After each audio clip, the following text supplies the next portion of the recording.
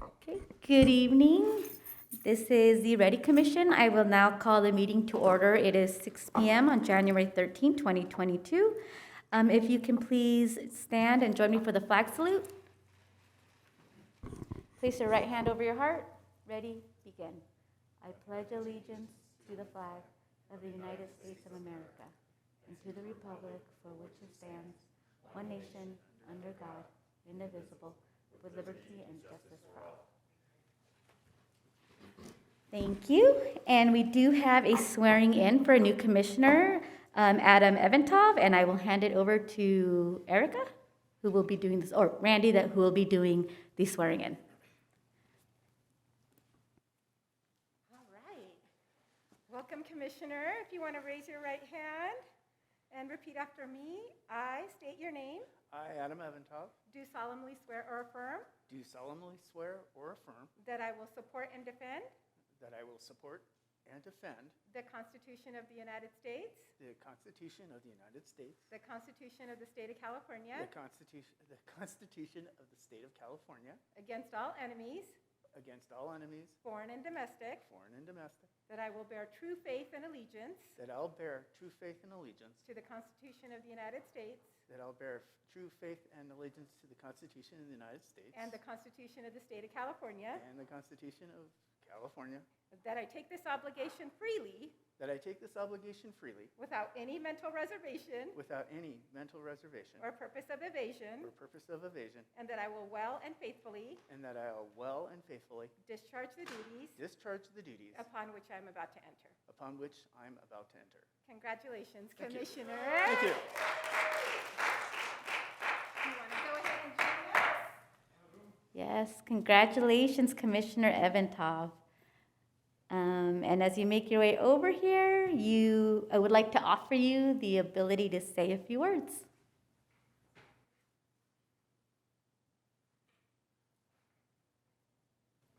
Well, I can't tell you what an honor it is and privilege to serve on this important commission. I look forward to learning from all of you and hopefully contributing in a very positive way from a local and regional perspective. Thank you very much for this opportunity. Thank you, and welcome again. Okay, now we'll move on to the roll call, and I'll hand it over to Erica Ramirez, our Commission Secretary. Yes. Commissioner Eventov, Here. Commissioner Faulkner, Here. Commissioner Harris, Here. Vice Chair Huerta, Here. Commissioner Pastorian, Here. Commissioner Steed, here, and Commissioner Wilson. Here. Thank you. Okay, thank you, and now we will move on to public comment. We do not have any public comments tonight. Thank you, and we do have one item on the consent calendar, and that is approval to approve the action minutes of the November 16th, 2021 meeting. If I can please have a motion and a second. A motion to approve? Second. Okay, roll call. I have a motion by Commissioner Faulkner and a second by Commissioner Pastorian. Commissioner Eventov, Since I was not here, I abstain. Commissioner Faulkner, Aye. Commissioner Harris, Aye. Vice Chair Huerta, Aye. Commissioner Pastorian, Aye. Commissioner Steed, Aye. and Commissioner Wilson. Thank you. Thank you. I will move on to the first business item, and that is the selection of chair and vice chair of the commission for the 2022 calendar year. And I believe, Director Joel, you will be leading that. Yes, Vice Chair Huerta. Actually, so we go ahead for all of our commissions. They select their chair and vice chair annually following the new appointments. So at this time, we are more than happy to obtain basically a motion and a second for chair and vice chair, either collectively or separately, to serve for the calendar year 2022. Okay, so if there's a motion to nominate a chair and vice chair, we can do that as one, as Director Joel mentioned, or we can do it as separate. I motion Chair Wilson for chair and, Commissioner Wilson for chair and motion Commissioner Steed for Vice Chair. Okay, do we have a second? Second. Okay, I'll third it. Okay, so at this point, we do have a motion from Commissioner Faulkner, and it was seconded by Commissioner Pastorian to go ahead and have Commissioner Wilson serve as chair for calendar year 2022, and Commissioner Steed to serve as vice chair for calendar year 2022. And at this point, I'll ask the commission secretary to take the roll call. Commissioner Evantov, Aye. Commissioner Faulkner, Aye. Commissioner Harris, Aye. Vice Chair Huerta, Commissioner Pastorian, Aye. Commissioner Steed. Aye. And Commissioner Wilson. Aye. Thank you. Okay, congratulations, Chair Wilson. so that concludes this item, but it is my understanding that we now have a physical relocation, correct? Yeah, typically we do have a physical Okay. relocation, so if you just want to switch seats, that would be fine. We will ask our new chair to go ahead and continue on with the business calendar. Yes. And while you are doing that, we will go ahead and have Chris go ahead and put up the presentation for the business item number 3, the Youth and Government Program. Fantastic. Thank you, Chris. Can I get assistance on my computer here? It's a login screen. Or am I? Would you take the one at the end? I can look here. If you hit the video button, I'm hoping that it does show. Voilà. Thank you. Fantastic. So first of all, I just want to say thank you so much. I'm truly honored to be nominated to be your chair for 2022. And for Vice Chair Huerta, I just want to say we're going to miss you. You've brought you. so much knowledge, so much information, so much energy to our REDI Commission, so we wish you well. Thank And you. then to our fearless leader, Chair Baker. Last year was truly inspirational, to say the least, but she led us through that year, and we're just forever thankful for our Chair Baker. And let's move on with our agenda.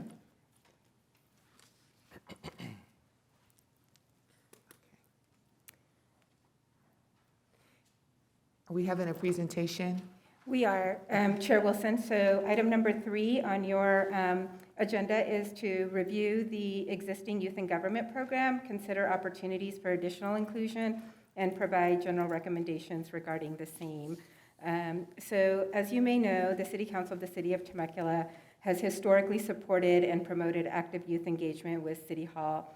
Current and former council members, including Jeff Comachero, Marianne Edwards, and Chuck Washington, proactively work with the city clerk's office to actively engage youth of all ages in the community as a part of our overall civic engagement effort. From participating in Read Across America Day to holding our own youth and government program, these efforts expand more than a decade. As the community has grown and youth demographics have changed, it is necessary to review related programs to ensure relevancy and inclusion. As such, we're going to go ahead and provide a brief presentation of the city's existing youth and government program, which has been on hiatus for 2 years due to COVID, as it was held in person. We're going to share some related demographic information, and then we're going to ask you to give us some general recommendations to enhance the program through additional inclusionary methods. Thank you. So with that, Chris, if we can go to the next slide. All right. So our existing youth and government program, again, on hiatus for 2020, in 2021, now looking into 2022 as well.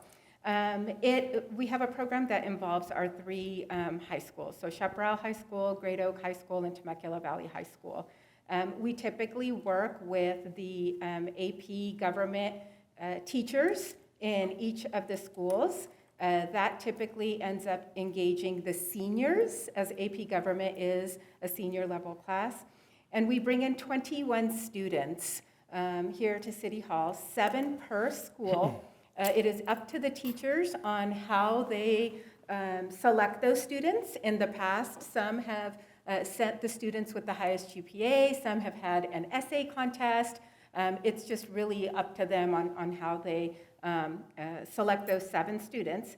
And so we collectively receive 21 students, and we match council and staff with those students. So we end up having about, between 5 council members and 16 or so staff members to go ahead and work with those 21 students over the course of 2.5 days. So when the students get here, some of the students have aspirations to be council members. Some of the students have aspirations to be fire chiefs, police chiefs. I inevitably do get somebody that wants to be the city clerk, so that's a good thing as well. So if you are a student, the teachers know in advance, if you are a student who wants to be a council member, you are required to make a campaign speech. You are required to be elected by all 21 participants, including those from the other schools. So your campaign speech has to be on point because we're only going to select five folks for council members. As you can see there's a picture of them making some campaign speeches, and then they actually do have a mock election. So they go through the process as they're learning. And then once the votes are tallied up, the highest vote getter ends up being mayor, and then the balance of the highest vote getters end up being council members. So we go ahead and swear them in, as you could see there. The student city clerk is swearing in the student council members at the bottom of the screen there. So that's how we kind of work with the council candidate students. Next slide, please. For staff, the staff students, each of the departments that is present, they actually end up doing a department presentation and giving a little bit of an overview of what their departments do. So those faces should look very familiar to you. So selling their department as the Department of Fun.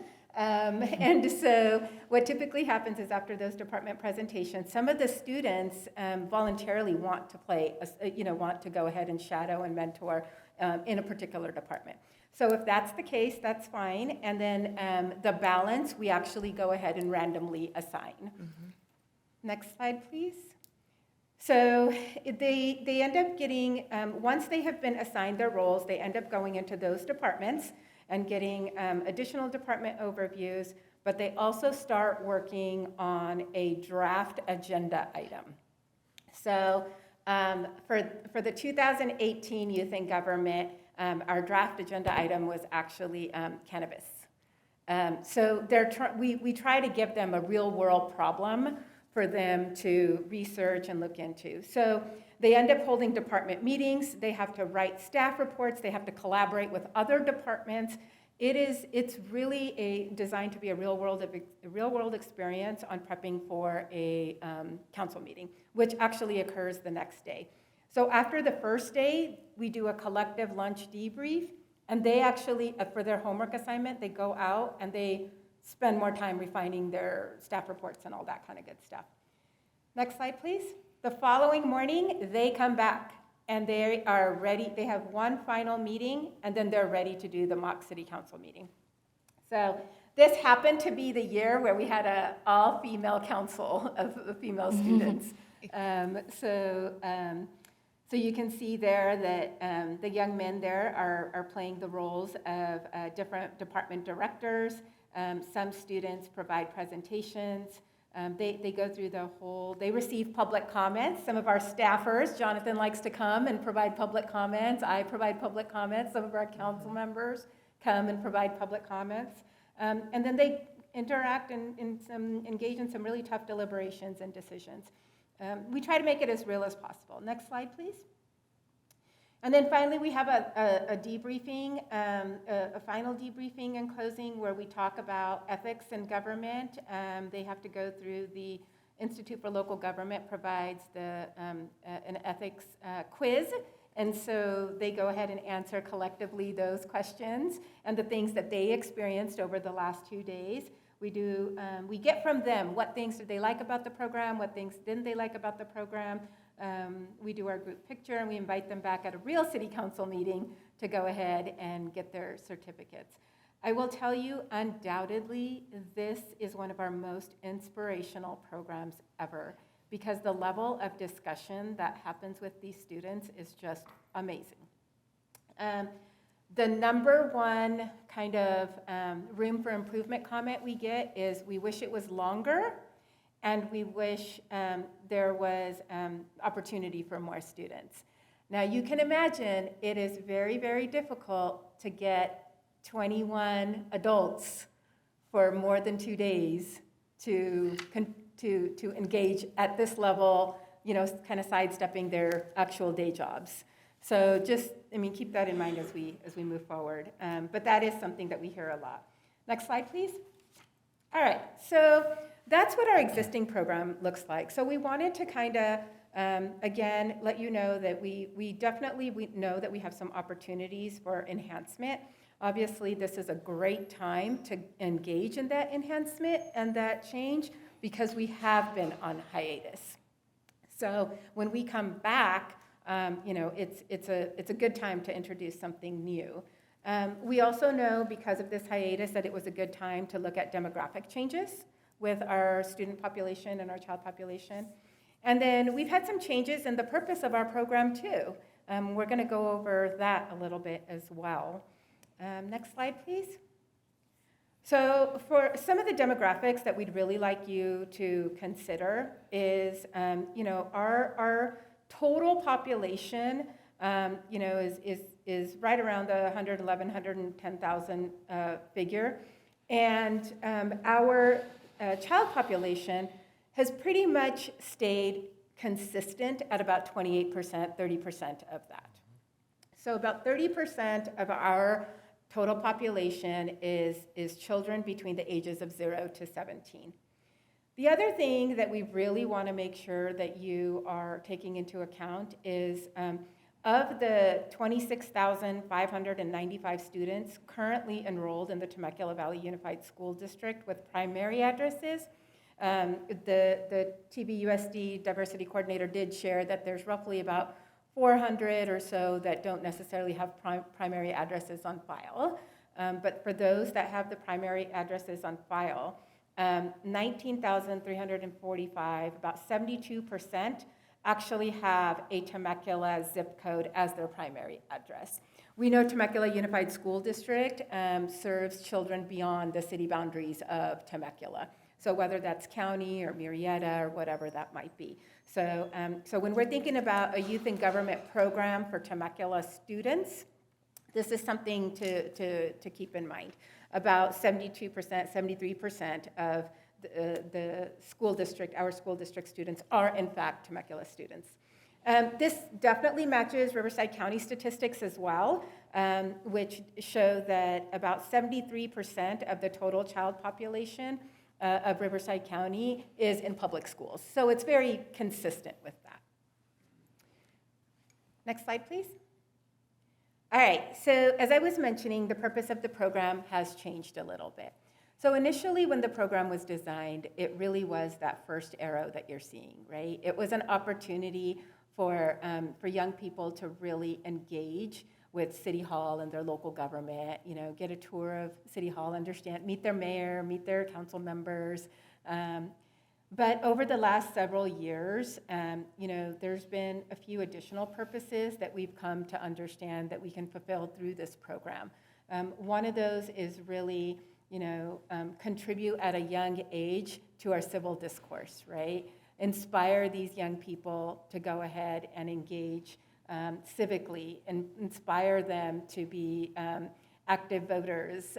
All of these types of citizenry type of purposes, we know through this program we have an ability to do that.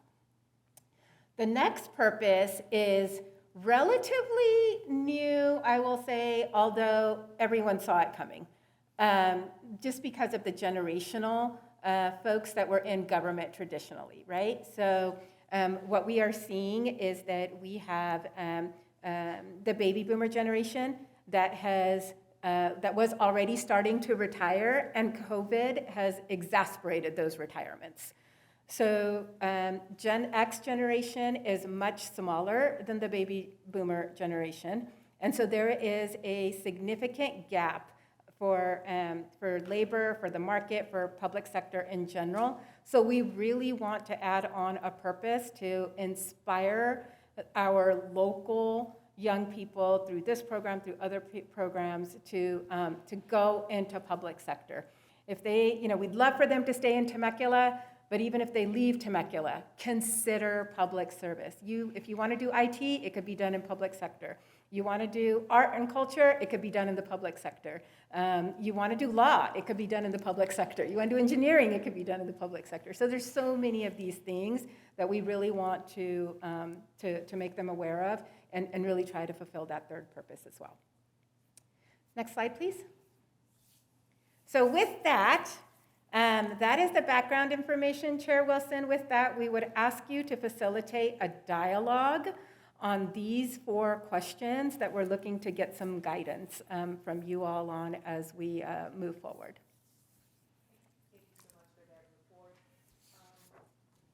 Who would like to get started? Okay. Oh, Chair. Go ahead. No, go ahead. Hi, so thank you, Randy, for this excellent report. I think I'm jumping on my seat because I did AP Government in high school, and it was one of my absolute favorite classes.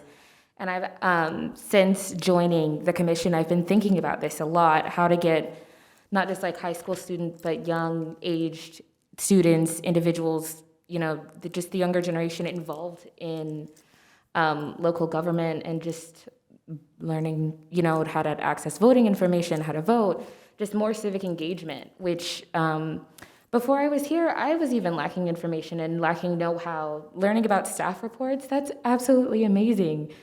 But just going through, should we just go through the list on our own and answer each one of them, or should we tackle a question So at a what I time? would like to do is just take the first question one at a time, and that way Okay. we can stay focused on what the, okay.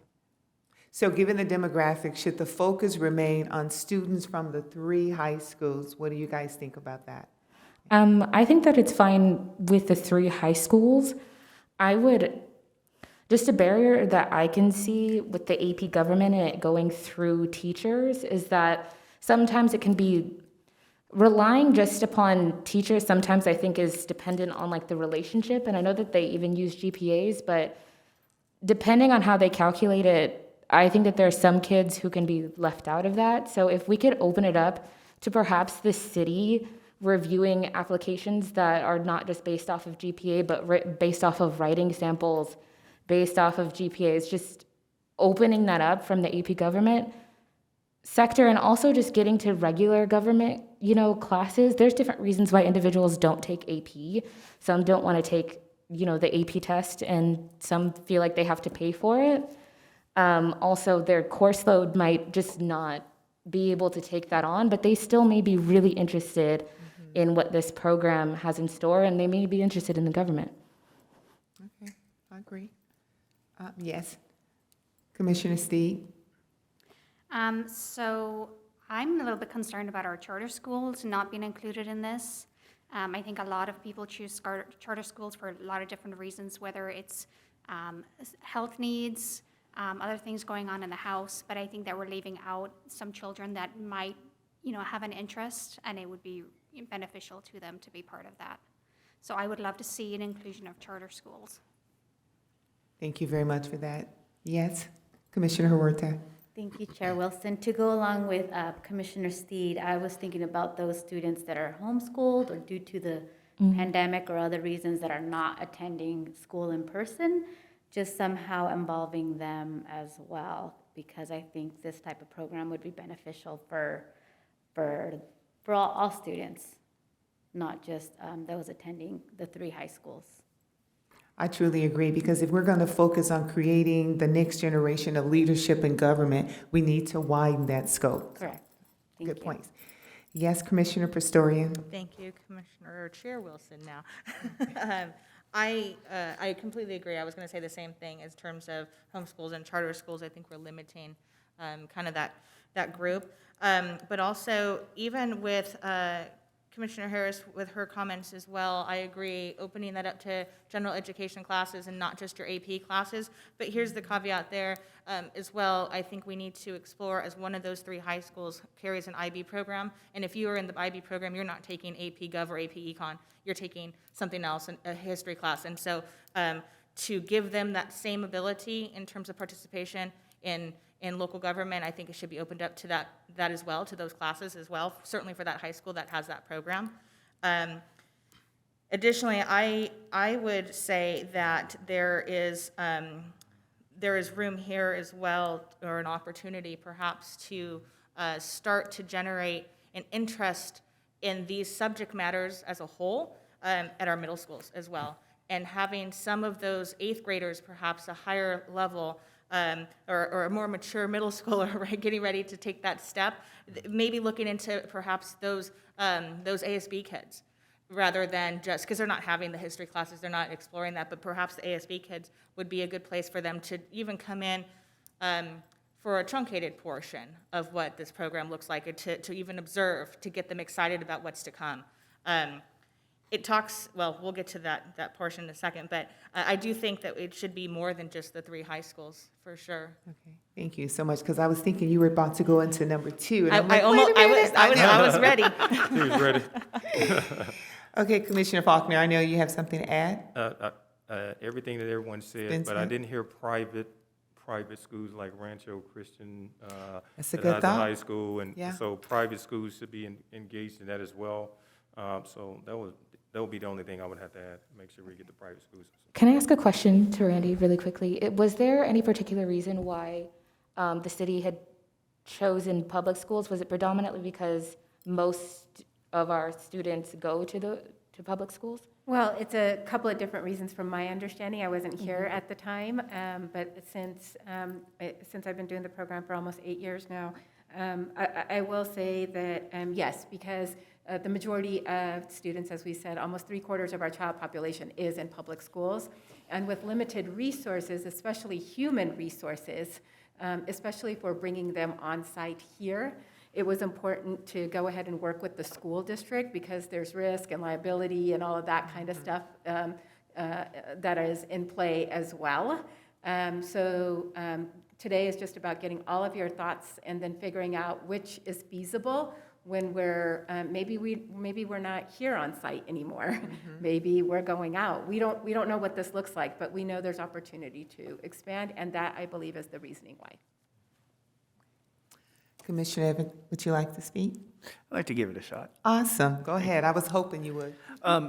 Since the goal is, of course, to encourage people to get into government service of a variety of types, and we have a declining population in that regard, why not to include everybody who's in the Temecula sphere of influence in any school? So Temecula Prep and private schools, the charter schools, all of those, and then we'll get to the age thing too in the next question. Okay. So. Thank you so much for that. And I concur with everything that you guys all said. And like I said, ultimately, if the whole purpose is to create a next generation of leadership in government, this is something that we definitely should continue to do. So the next question, number 2, is, given the purpose of the program, should the age grade level for program participation remain at 17 to 18 years, seniors? And I'm sure everybody want to comment. Who's first? Yes, continue. College applications really are in the mind of everybody in getting prepped and ready for college. That's true. And going after some of the jobs that have been referenced today. You have to start thinking at 16 to 17, not just 17 to 18. By then, it might actually be a little too late to put that on the application. So I'd recommend that maybe we include a little bit younger crowd. Liability and other issues aside, if that's possible. Sounds good. Did anyone else want to comment on that? I agree completely. The 16 to 17 is a really good age. Probably 15, 16. That's the first time that you're able to even go into higher level courses in high school.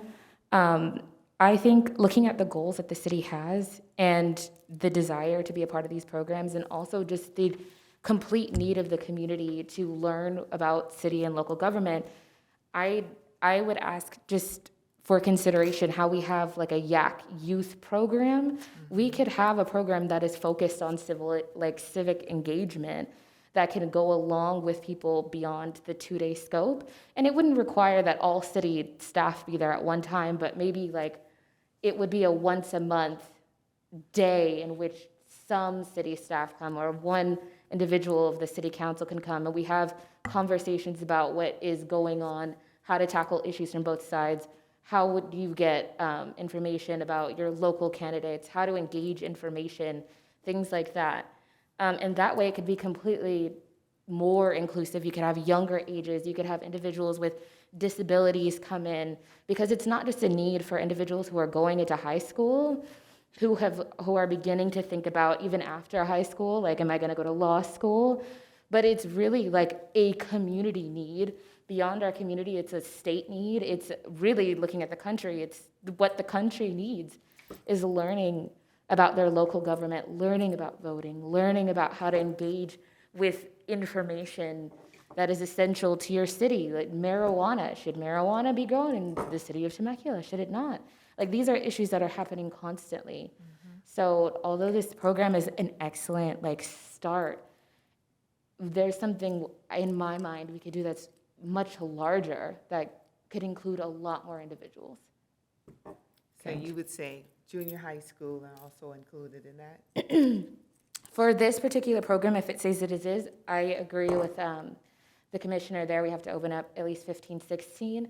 But if there's issues with liability or anything like that, or if we begin thinking outside, like, and it's not possible to be more inclusive to middle schoolers, like the city can create a program that may be just more constant, that wouldn't take up the time of like the staff members, all staff, but like micro engagement days during the week or on like one weekend a month where you tackle an issue, where you meet with one of the city council members, where you have a staff report. You might come back a couple weeks later and hear a couple arguments. You could break it apart and it would be just more inclusive. Maybe not so exclusive to AP government students who are going to college. I don't know.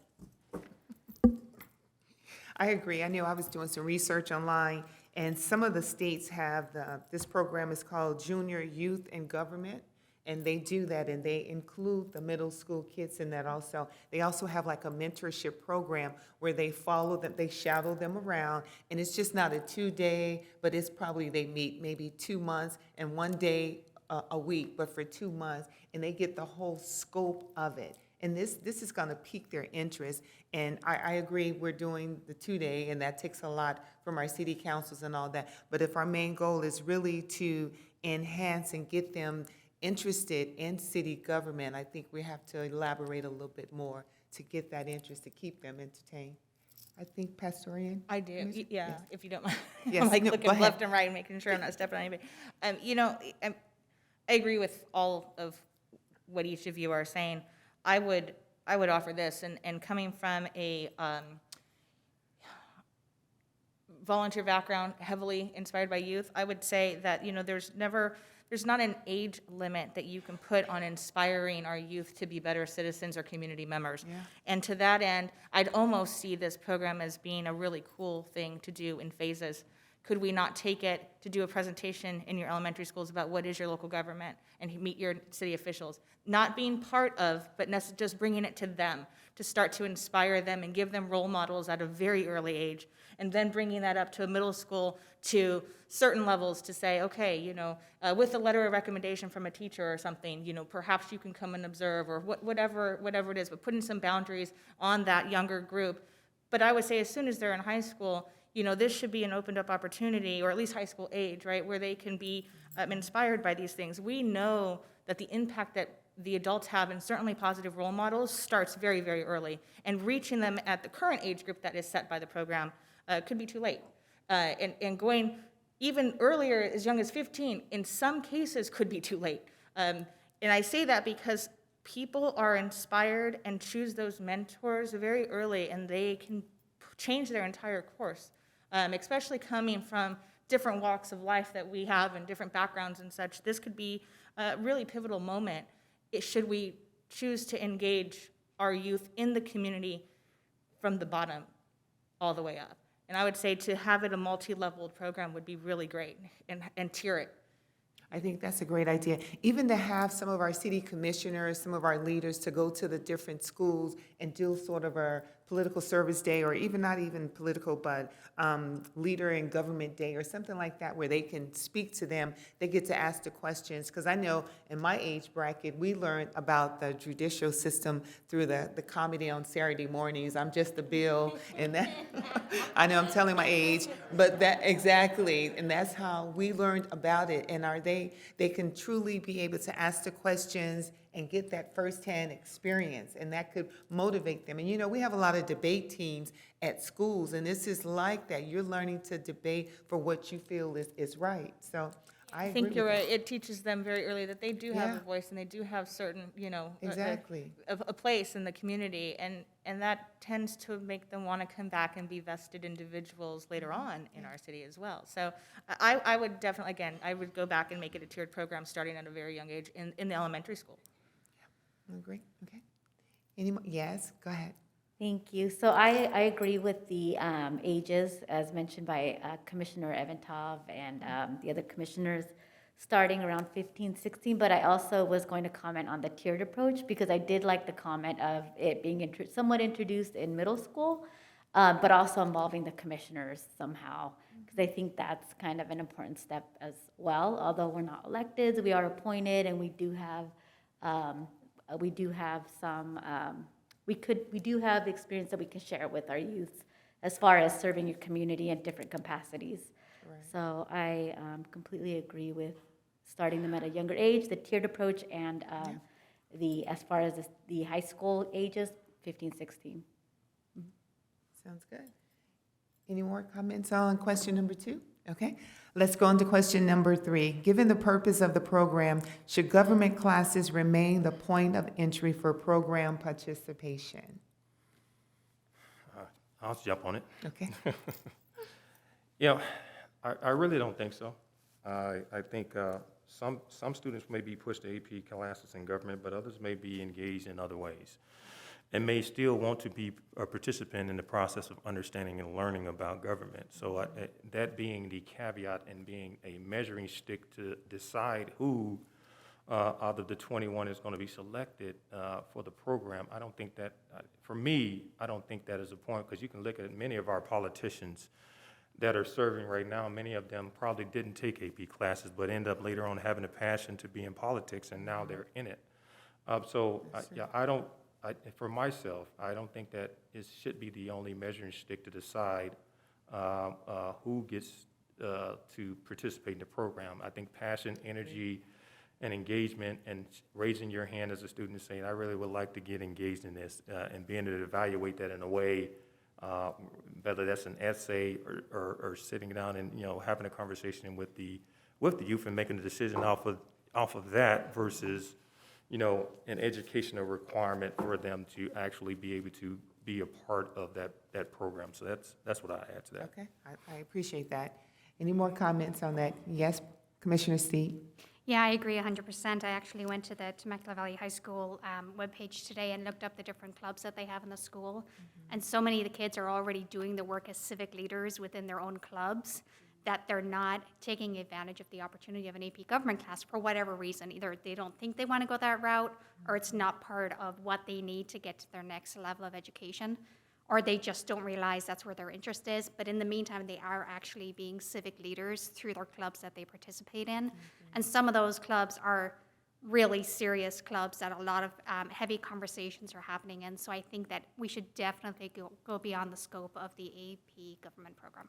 So Chair Wilson, if I can clarify for Yes. the question, what the purpose of asking this particular question was not necessarily AP related. It was just that most students have either like a history or government required course, and we have been working with those teachers. So should those classes still be the entry point into the program? Because if not, we would have to expand and kind of rework how we would be communicating and, reestablishing our our Selection relationships process, right. with the folks that we're going to be working with. Okay, so that truly helps it. Yeah. Can I, if I can, jump on this? I think AP government classes were a good start, and like Randy said, there are history requirements. I think like U.S. history, you could begin working with those teachers, like Commissioner Steed, Vice Commissioner Steed, Vice Chair Steed. I'm gonna get it. Had mentioned there are clubs, I know because I was a part of them, that are really focused on politics with absolutely like brilliant minds at a young age where, yeah, the work is already being done at a critical level. So I guess the recommendation would be using teachers in history courses and government classes, because there's AP government and you have IB courses that are history but gauged towards government, using those teachers as a vehicle in order to like share information about the program, but the application would be through the city, and there would be a series of requirements that the city could take into consideration, whether that be letter of recommendations, GPA, things, clubs that they have been a part of, that they've actively been engaging in, because there might be students who aren't taking I don't know, I took European history at some point, but I wasn't taking a government class, but I could still, I was still a part of a club, and I could apply, and I could still be considered to be a part of the program. So I think just taking it out of the hands of the teachers, but using them as a vehicle in order to share about the program to students who may be interested. So I would add with that, one of the other groups, I think, that could potentially be a really good group for this would be some of our JROTC kids who really are into, government and how these things work and supporting, that type of thing. So they would also be an area that I would be looking at. And I would say to Commissioner Vice Chair Steve, We're gonna get it. Vice, do you like the way I said that? So to her point too, that there's clubs, that many students are working within these clubs and doing these things and serving as presidents or vice presidents in these clubs and doing this kind of thing and have a great interest. Each of those, and to Commissioner Harris's point, the way that operates within the school is they are all those clubs are sponsored and supported by a teacher. And so therefore, once that stuff is pushed out within the staff, you could hit the social science department for those particular purposes. And then those teachers it would only go to those teachers who are then supporting of the clubs. And that way they would have the ability to then focus their presidents or their club members to that, and then perhaps the commanders and lieutenant colonels to the JROTC program. I agree. And, I just add, thanks for clarifying, Randy. I think it should be one of the things that they look at. When I was in the military, we used to have these boards, right? So we used to, say little quarter boards, and we would evaluate the individuals around the command. Everybody would submit their packages. They come in. We'll evaluate those individuals based off what they've done over the course of the quarter. That's civic engagement. That's how they were involved with the command. That's any education they've done, any correspondence courses, and then they had to be really good as a subject matter expert at their job. So we would hold a board and evaluate all of them and make a decision off of those who submitted who is the best candidate. And that, a lot of times, the one that looked best on paper wasn't the one that interviewed and could speak the best. And that changed the dynamic of how we selected. To see that passion of the person coming in talking about how they want to be engaged or whatever, it trumped any of that education maybe that someone may have put the check in the box for an AP class, and that's one of the points of entry. But having someone come and talk to you, doing a board, once the students submit the packages, and sitting down and bringing them in front of a group of teachers to say, hey, let's evaluate these guys and really put forth the people that are passionate about wanting to be in the class. I mean, I just shared that as, it should be one of the things, but it shouldn't be the only factor. And I know it's not with our teachers making the right decision on who they push over, but let's add some of those other things in the totality of how we measure who gets selected from the schools. Thanks. Sounds good. Did we cover all your input? Can I just Yes, Commissioner add Harris. one more thing that I think would be, hold on. I want to make sure that it's not like the last question. Oh, no, it is the last question. Never Okay. mind, let's do it. Okay, so no problem. Madam Chair? No. So question number 4. Actually, Madam Chair? Yes. Sorry for being tardy on the, No, that's okay. diving in.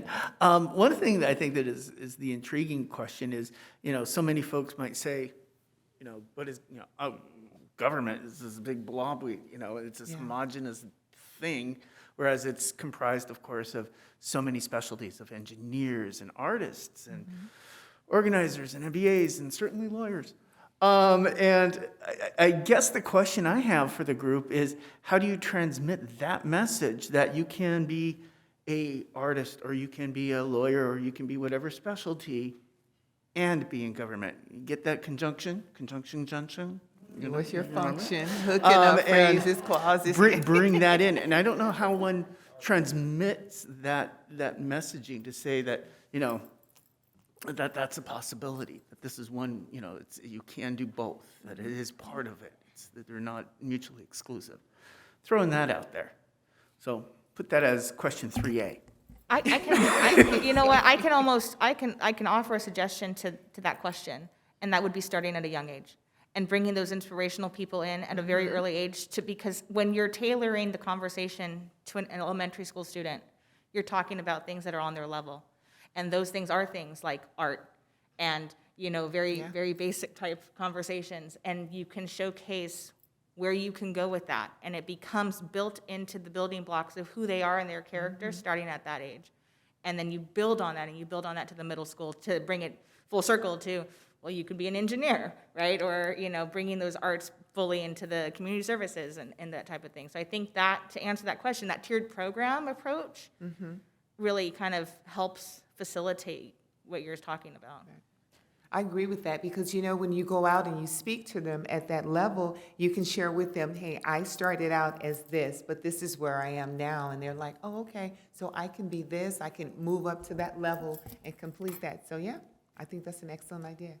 I agree too, and as we look at this program, I think it would be an excellent opportunity for the city to keep in contact with the individuals who've gone through the program and use them within classrooms to have conversations about the program and talk about where they are and all of their interests, and have like a real contact with an individual who's been through it, and that may motivate individuals, and they could also work as mentors, but just really holding on and to individuals that the city has mentored and aided through this program, and saying, can you come back? Can you come back and help these, younger students in high school come talk about your experience, talk about who you are, and people are complicated individuals with many interests already, so it'll be really great to share. Yeah, like me, I like gardening and, and government. Everyone has their different interests, but it's a great opportunity. I agree. Okay. Any more comments? If You know- I may- oh, I'm sorry. Go ahead. No, go ahead. Oh, thank you, Chair Wilson. I was just going to add, and forgive me, I haven't been in school for quite some time, but I know we used to have, and I think they still have career days, but I think that's a great opportunity for city staff, and I'm not sure, Director Joel, if city staff is still involved in those types of programs at the schools of different levels. That's a great time for city staff or officials to go out there and to inform the youth of government and pique their interest in different areas as well. I agree, truly agree. Yeah. My question was, have we kept in contact with any of the students that have gone through the program, where we may be able to have them come and just pick their brain and see what motivated them, where they are now, and how did they get there? Was this program beneficial to them, or how could it have helped them in the career that they're in now? Yeah, so yes, we have kept contact with some of those folks. Some of those folks turned into interns for the city. Some of those folks actually turned into employees for the city. Wow. Some of those folks, previous council member Jeff Comachero, the mayor, the student mayor that he mentored, is now married and still keeps in contact. So it's one of those things. If they make a connection during the program, there's a tendency to kind of build on that and to keep that connection. However, that being said, we are not keeping an active registry or matrix or, Right. those kinds of things. Okay. So I think there's opportunity there for Yeah. tracking. Yeah, definitely. Even with the ones that did an internship and are working for the city, that would be some good people to go out and speak on those different levels to the students to let them know what this could possibly lead to. Yeah, okay. Okay. Now on to question number 4. Given staffing challenges for such programs, which specific methods can be used to include additional students in the program? Who wants to go first? Yes, Vice Chair Steve. So we totally understand staffing challenges and trying to meet everybody's needs and trying to make this program bigger, and it's a budget and it's timing and it's everything. But the city does have the great use of commissions. If each month they pick a commission and say, you show up at the commission meeting, you're going to be part of the agenda, this is your opportunity to ask questions, or this is your opportunity to participate. I think the education that they're going to get from coming to each commission meeting is going to be huge. And not only that, but it will also show them that we have a very diverse group of commissioners from every commission that will help them feel more inclusive. So I think that will be very, very helpful. Another thing is, I know that last year when we spoke about the REDI Commission and what our purpose was and what we were going to do is, part of that was going to speak to different clubs and different groups in our schools and really reach out to the youth and see how we can help. I think if we put a plan in place for that, I think that will be very, very helpful to our youth and give them the information that they need so they can be part of the programs that are available. I agree with that. Any more comment? Yes, Yeah, I really think, so we're talking about youth and students, so we have to take true advantage of the virtual space. Many of them are energized in that space, so everything does not have to be hands-on with this approach. So we need to take advantage of those virtual platforms where we can actually provide education on the government process within the city. So that is one thing, and I don't know how retired council members feel about engaging. So an extension of your staff are probably previous council members who may want to go out and speak on the local government process here in the city, maybe another opportunity to get out to schools as well. But I think we really need to take full advantage of the virtual space because, like you said, there are students that don't live in Temecula that go to these high schools. So I don't see their parents driving them back over once they get home because they're coming off of work and they're tired as well and they're not coming back. So how do we allow them to engage in the process as well? So I really think, there's opportunities for the virtual space, not only for our high schoolers, but as we look at government as a whole and trying to get our elementary and middle schools engaged as well. You don't have the staff to bring on any more than the 21. I think you're strapped with the 21 if I'm not mistaken.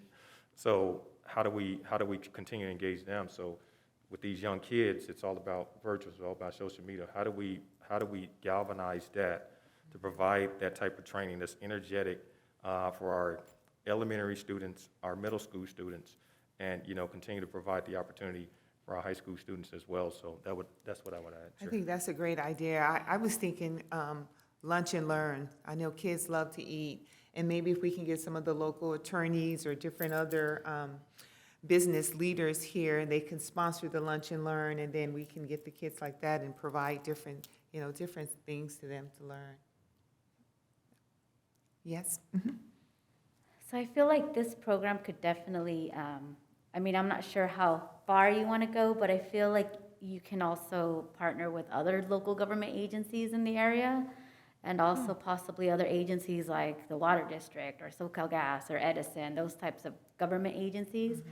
So it just depends how big you want it to make it, but I think it would be successfully even on a regional level, for sure. Yep, I agree. I know I was thinking about the Realtors Association. We have our GAD, which is our Governor Affairs Director, and that would be an ideal person for them to mentor because they're dealing with not only the laws, but also the logistics of it, Sacramento, how they're meeting the assembly people and all of that. And I'm thinking they would probably get wild just to be able to sit in on a meeting with the assembly, with our district Chuck Washington and all that. So just something like that. I think you hit it on just by branching it out. There's so much opportunity here, and there's so many people that we can tap into that can help them with this, with moving forward with the leadership.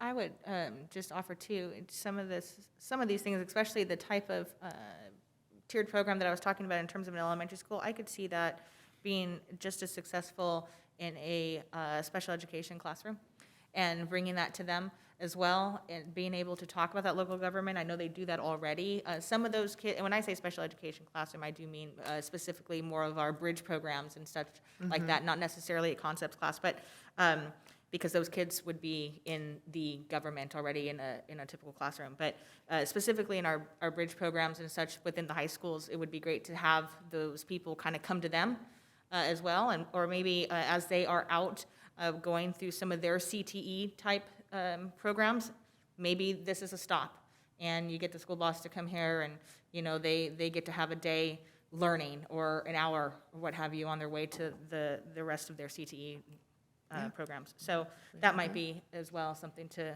bring up. Yep, great idea. Okay. Any more input on question number 4? Well, I guess we have a consensus. Okay, that was a lot. 2 pages worth of notes. I so know, but it was good notes It was too. very, very good. You guys have given us a lot of good ideas, and we will definitely report back. We will also check in with the school district. It is my intent to connect with the diversity coordinator over there, let them know we're revamping this. Here's some of our thoughts. What would you like to add to this as far as programming is concerned? And then also check in with the 3 teachers I typically work with to see if there's other ideas that they have as well. Okay. Okay, so that leads us, Chair Wilson, to our Number next 4? item. Item Yes. number 4? Okay. And this one will go quick. So Chris, if you want to go ahead and put up the slide, thank you. I was going to say, because we probably spent an hour on. Oh, yes, this one is a check-in, and that's about all it is, and an opportunity for Commissioner Evantop, who wasn't here, to go ahead and provide a little bit of his thoughts if he would like. So on September 9th, 2021, the Commission considered opportunities to host a multicultural event in the city at the request of subcommittee members Mayor Ron and Councilmember Edwards. While there were many ideas and thoughts shared over an extended period of time during that meeting, the broader concepts of consensus included the following. There we go. The single-day event could be a festival of sorts held annually on the weekend closest to May 21st, coinciding with World Cultural Diversity Day. All segments of the community should be made aware of the event and encouraged to attend and actively participate, including individuals, children, families, based on our current demographics. Activities could include food, drink, entertainment, and education tied to cuisine, history, and awareness of different cultures and related norms. I'm going to add a caveat right here because it's really important. We would not necessarily be engaging cultural organizations and asking them to provide us with specific education or food, or it is really up to them on what they would like to educate our community about. So it's really there, it's going to be really incumbent that we give them the opportunity to showcase what they are proud of, whether it's their language, whether it's their food, whether it's, whatever it might be. Okay. So I just want to add that. There could be an economic, tourism, and resource tie-in with the event for local businesses, service providers, and nonprofits. This year, World Cultural Diversity Day falls on, coincidentally, a Saturday. Yay. So May 21st, 2022. So why we are bringing this up is because we do have a new commissioner who wasn't here for the discussion, and we really wanted to make sure that there wasn't any big ticket item that isn't generally covered in this that somehow we missed. We had a very long, lengthy discussion, And these were, out of all of the ideas and everything else, these were the things that were repeated multiple times. We do have community services staff in the audience. Really what we are here for, Dawn is here, for Dawntastic, in charge of all of our events here in the city. So the goal is, if we can get any last things from you guys, she will then be going back and working with the TCSD president as well as the mayor and really finalizing, because May is right around the corner. And then Yes. getting final approval from council so we can get this thing going. So with that, Chair Wilson, if there is anything big ticket item that we are missing here, we'd love to hear that. Okay, commissioners, did we miss anything, or is there something you want to add?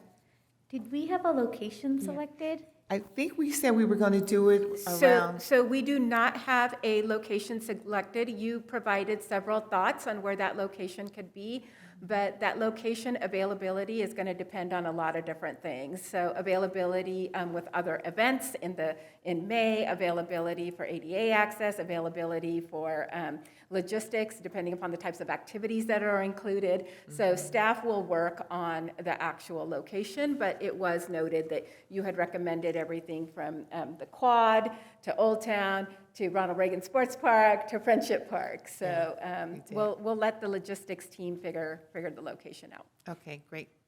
Commissioner Harris?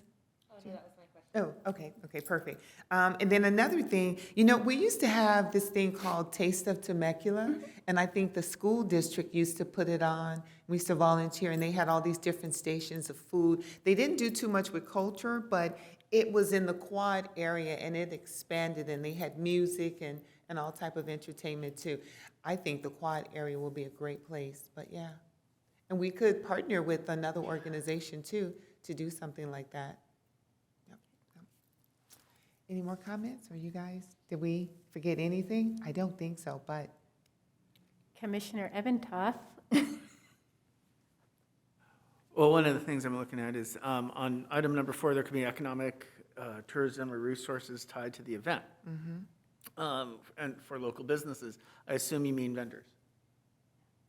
I'm sorry? I assume you include vendors in that Yes, list, yes. of course. Yes. And if you wanted to riff off of the whole Taste of Temecula thing, that have a restaurant, if you have somebody who's that,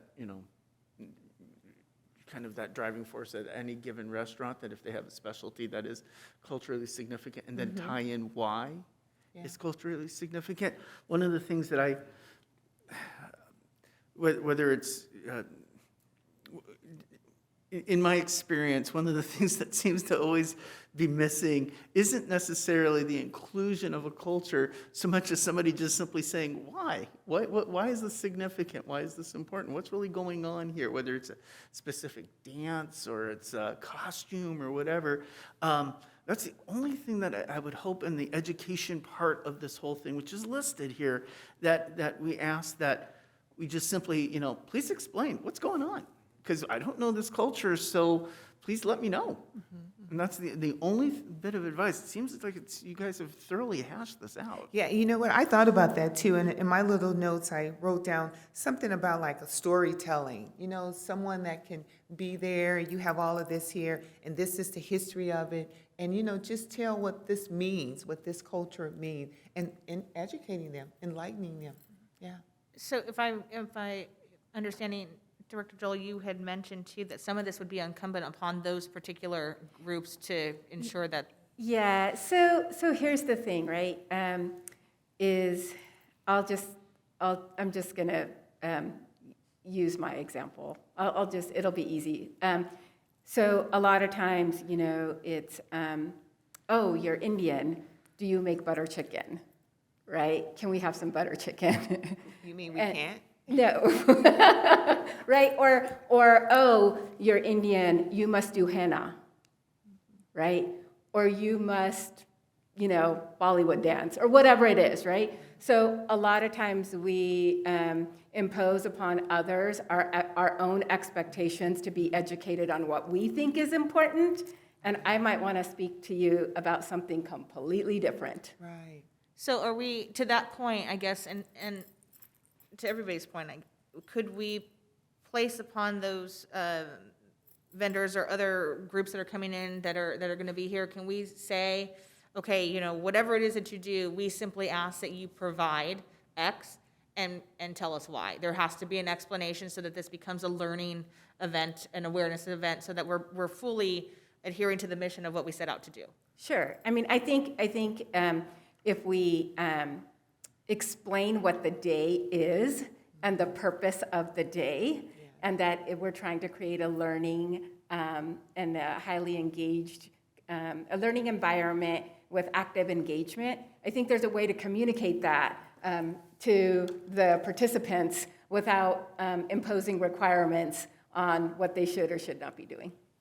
Perfect. That's great. The one thing I would add to this, and I don't know if we talked about it, but as I'm reading this, I think it would be cool is if we, as a city, perhaps even whether it was a static display or something, highlighted the diverse community that we have, so that as people continue to go through, there's some pieces to that. There are elements of showing how diverse Temecula really is. Here's, you know, whatever those stats are.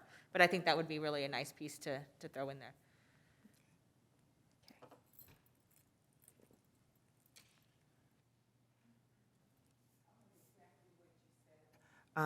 Randy, learning environment with active engagement. I think if that's something we can get across to them, I think they'll have the point. Yeah, definitely. Okay. Yeah, I think we're good on that. Awesome. Yep. Now moving on, let me see, next on the agenda is commissioner reports.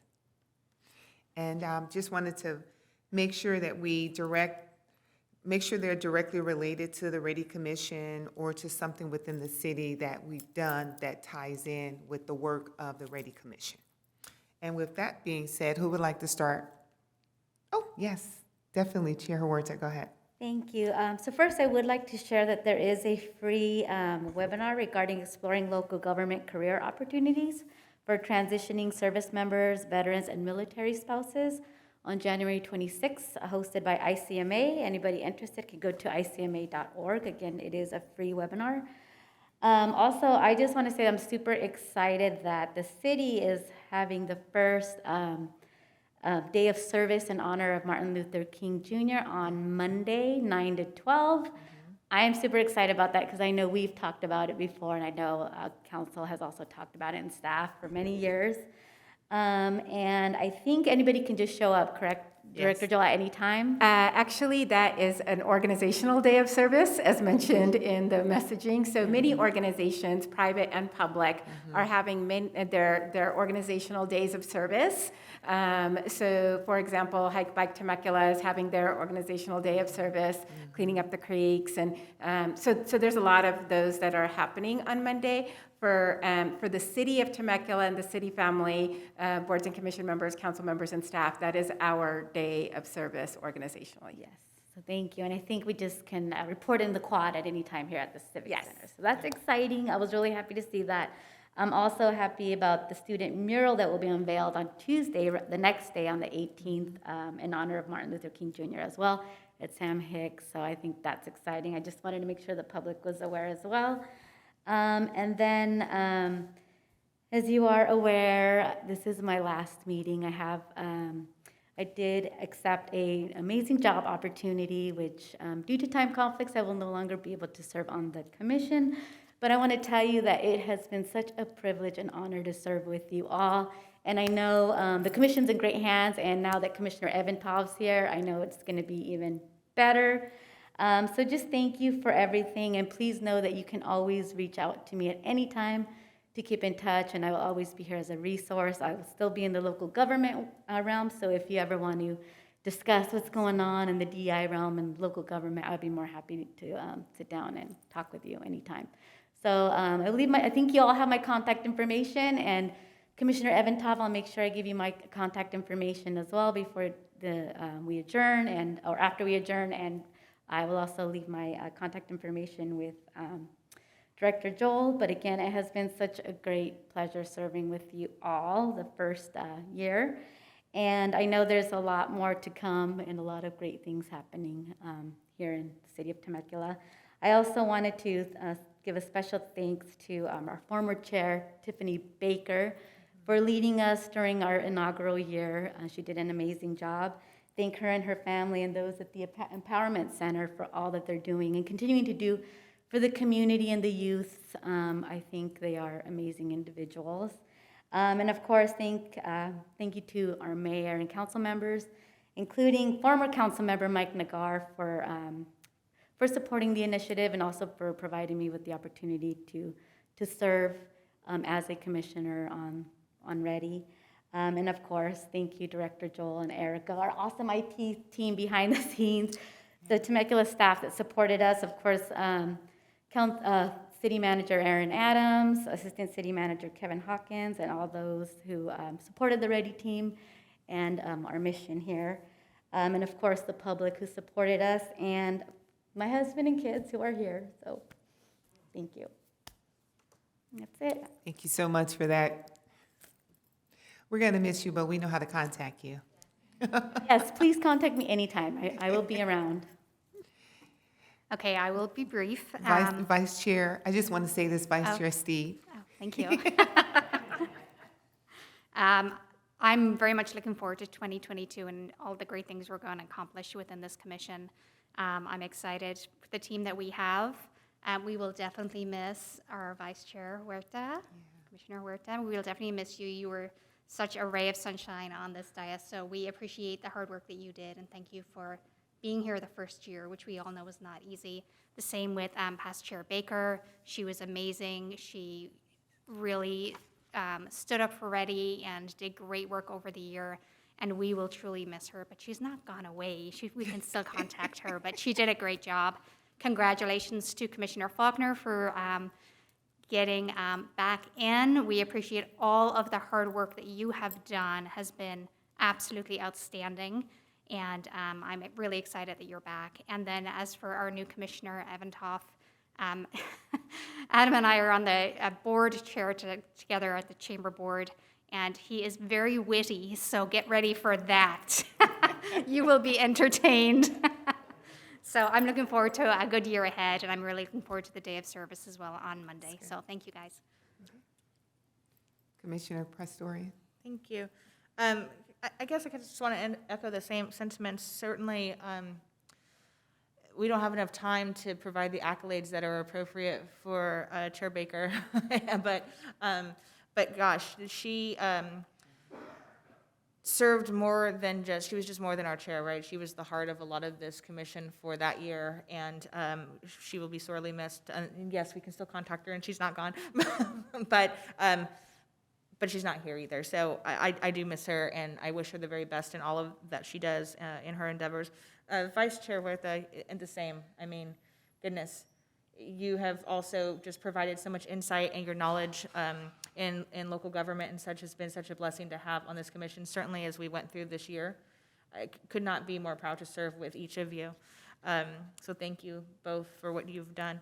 And a very big congratulations to Commissioner Faulkner once again for being here. I'm glad I can look over and you're to the right, so it's nice to have you over there.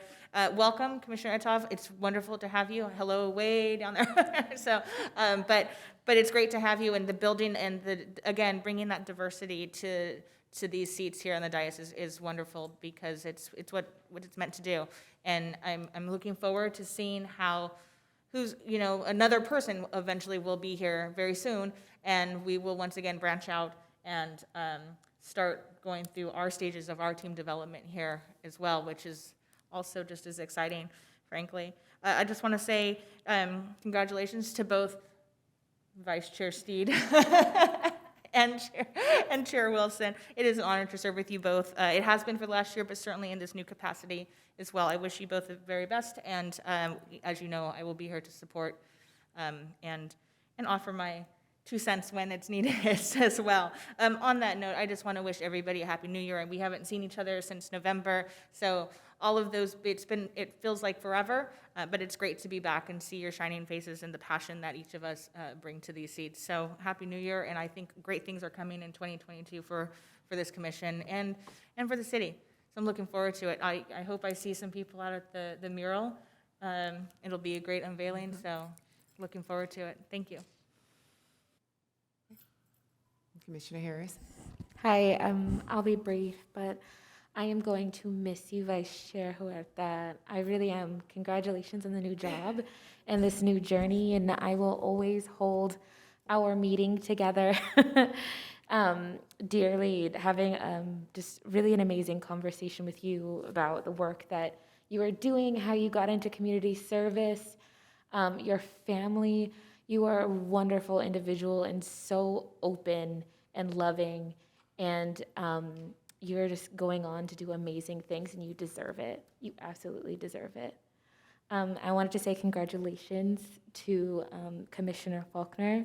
It's amazing to see you here, although you are no longer my chair buddy, which I am still extremely salty about. But,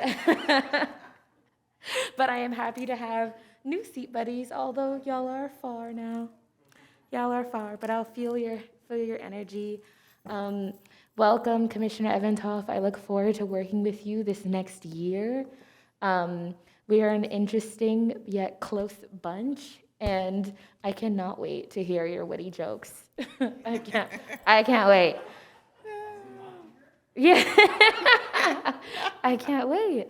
But beyond that, I have nothing to report. Oh, wait. Congratulations, our new chairwoman. Well, thank you very much, Absolutely. And Commissioner. Vice Chair. Yeah. Denise, also, you are an extremely wonderful human being You're so sweet. and woman. And it is an absolute honor to be sitting beside you and also being on this commission with you. Having our conversation at Starbucks. Yeah. Funny story, we're supposed to meet at Starbucks, yet I went to the wrong Starbucks. Of course. Of course. But I waited. You did wait? You were worth the wait. You so. did wait with a coffee in hand and was so patient and offered to meet me, just like a wonderful human being. I felt so guilty, but oh gosh, couldn't look more forward to this next year with y'all. It's going to be absolutely amazing. Thank you. Yeah. Thank you so much. So I just want to add, we're going to have an awesome year. 2022 is the year. I think Vice Chair Steed and I were talking, and she said something. I think she said seeing the city through the REDI lens. And she was saying we need some type of, a tagline for 2022. And so you're supposed to work on that, Vice Chair Steve. I'm not trying to throw you under the bus, but just let us know when you get back, when you think of something like that. Because we have that energy here with our REDI Commission, and we are a family, we have a great time, but we're all about business too. And I think the main thing is we truly care about our city, and we want to make a positive impact. And I could not have asked for a better team than what we have right here, including Erica, including Director Joel, because they make up who we are as a team, the REDI Commission. So I'm just so glad to be on the dais with all of you, and I look forward to an awesome year in 2022. Awesome. You're on. All right, I'll be quick. First of all, I want to thank Chair Baker for her leadership over the last year. Wouldn't have been able to be here without her and going through the tumultuous time of trying to get REDI off the ground. So thank you for your leadership, and we appreciate that. Vice Chair Huerta, we're going to miss you. And they say behind every great woman is a great man. So Mr. Huerta, you and the kids, we appreciate you guys and allowing her to actually be a part of this. So thank you, and look forward to what you're going to do in the future as well. Adam, welcome aboard. We've had coffee, we've had talks. I already had a little bit of that humor, so stand by, everybody. So welcome aboard, and congratulations to Chair Wilson. Great selection. We look forward to your leadership. We know what you can do, and we look forward to backing you up and supporting you during your lead and during your time here as well. So very well taken and well appreciated, and look forward to working with you as the chair. Vice Chair Steed, same thing for you. Congratulations. Appreciate you stepping up for the leadership role, and we as commissioners are going to continue to follow your lead and be there to support you as well. So thank you. I just have a couple of things to bring up. Me and Chair Wilson had a great time at the Christmas dinner. So had an opportunity to speak to some of our citizens, and want to just say the city does an amazing job. I know it's not easy for people to volunteer on Christmas Day to come out and feed people that may need it, or feed people that may just want to be around other people because they're the only ones here in the city and want to be around some people to just, energize them during the holidays. So great event, and it's the first time I heard of it, but I'll be there from here on out. So want to bring that up. Had an opportunity to talk to some leaders over at Great Oak High School about, what they're doing and collecting the student voices to make decisions about the school and things like that, which is really good to try to figure that out and how they're working on diversity, equity, inclusion in the school system. So just want to continue our march and getting out and talking to people and really bringing back their voices to our commission to be able to share with city leadership as we continue to step forward and making decisions as we're doing this work as well. So with that being said, I'm done, and thank you for the opportunity, Chair. Thank you. Well, it's exponentially harder to get something started and rolling and off the ground. And so to that end, being able to just kind of keep the momentum going, I just want to let you guys know what a privilege it is to serve with you. Look forward to supporting you, Madam Chair, Vice Chair. I'm sorry we don't get a chance to work together, but thank you for all of your service, Commissioner Huerta. But it is a steep learning curve. I've been in front of the dais 20 years, but the first time on the dais. So I'm looking forward to learning from you, learning from the community, and seeing how we can continue this work and keep that momentum going. As far as actual commissioner activities, I was sworn in.